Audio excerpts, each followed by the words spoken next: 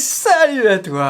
Alors oui, tu commences à le savoir un peu sur cette chaîne, moi j'aime bien les objets connectés et renforcés. Oui, je trouve que ça colle parfaitement avec notre amour de la liberté et de la mobilité. Alors, quand Oukitel m'a contacté pour me proposer de découvrir sa dernière tablette, j'ai été heureux d'accepter et aujourd'hui on va découvrir ensemble la Oukitel RT8. Oui, va savoir pourquoi il leur donne toujours des noms comme ça à coucher dehors. Mais en tout cas, si tu veux en savoir plus sur le sujet, reste avec moi et c'est parti!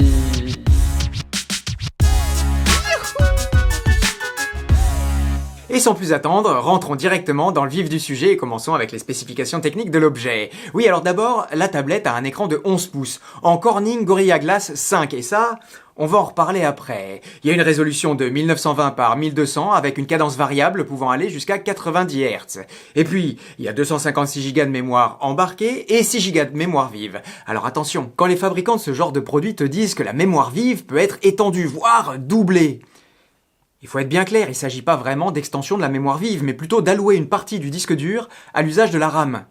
C'est du coup moins rapide et pas complètement adapté. Et puis, on a une grande batterie, ça tu sais que ça me plaît, oui, 20 mAh qui fait qu'on n'a pas vraiment trop de soucis à se faire pour ce qui est de l'autonomie de l'objet. Mais quand même, on a une charge maximum annoncée à 33 watts, oui, ce qui correspond, d'ailleurs, au chargeur qui est livré. Et ça me plaît quand la charge maximum correspond au chargeur qui est dans la boîte, plutôt qu'annoncer une énorme charge et puis de toute façon dans la boîte on te met un tout petit machin qui est pas adapté. Et tout ça à l'arrivée, c'est sûr que ça fait un beau bébé de plus d'1 kilo sur la balance. Plus d'1 kilo oui, mais tout équipé.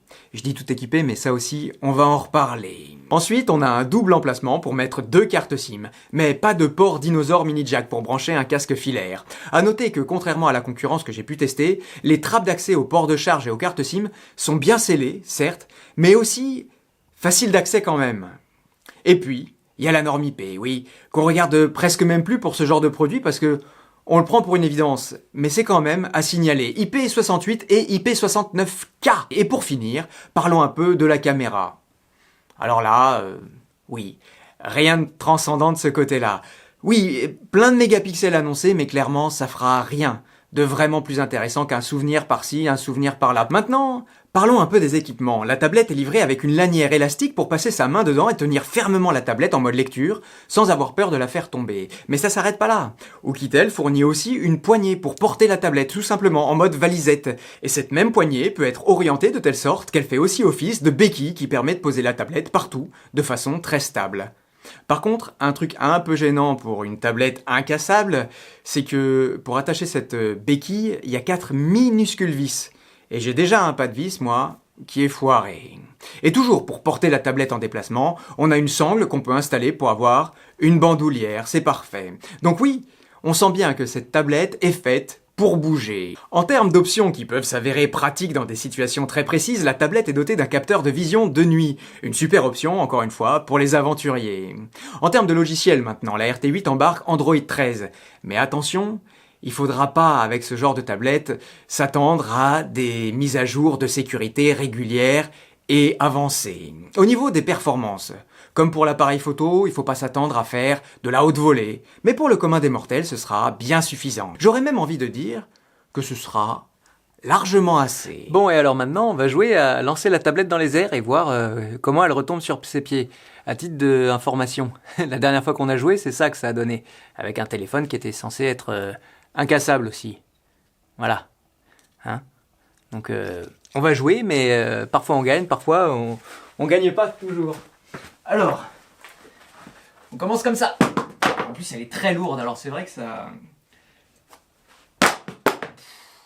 J'aime pas ce jeu-là. Allez, on enlève la moquette. J'aime pas ce jeu-là. 1m50, ils disent. Oh. Bon, bah écoute, c'est validé. Oui. Oh là, si ça tombe sur la tête... Ouh. Ah bah voilà. Et bah c'est exactement ce que... je t'avais dit que leur pas de vis était tout pourri. J'ai failli pour le test enlever la béquille, mais je me suis dit, bah non, faut être dans des conditions... bah voilà, tu vois. Alors autant pour l'écran, il n'y a pas de problème. Autant...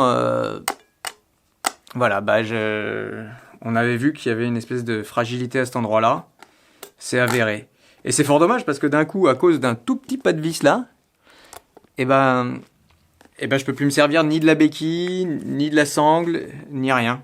Alors pour te dire la vérité, je suis un peu embarrassé par ce qui vient de se passer. Pas tant parce qu'ils nous vendent des objets soi-disant incassables et qui finissent par le barder d'accessoires qui eux le sont pas, mais surtout parce que cette casse, elle sera, à mon avis, et à part à grand renfort de Loctite ou de Superglue, impossible à réparer.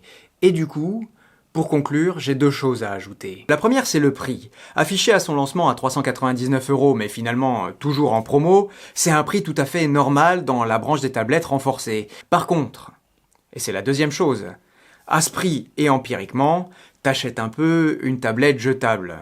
Soit tout fonctionne très bien et c'est super, soit t'as des problèmes et, en fait, comme ils renouvellent leur gamme très très rapidement, t'auras très peu de suivi de l'objet. Et comme je te disais, aucune mise à jour du logiciel, ni de sécurité, ni de protection des données. Et puis aussi, pour arriver à un prix si bas, je pourrais pas garantir, moi, la qualité des composants utilisés. Et encore une fois, comment ça va vieillir tout ça? Enfin voilà, tu l'auras compris, on a des tablettes très accessibles, super robustes, avec des options franchement sympas, mais tout n'est quand même pas parfait selon moi. Allez, moi maintenant j'en ai terminé, je te mets toutes les informations en description et puis allons rouler. Allez.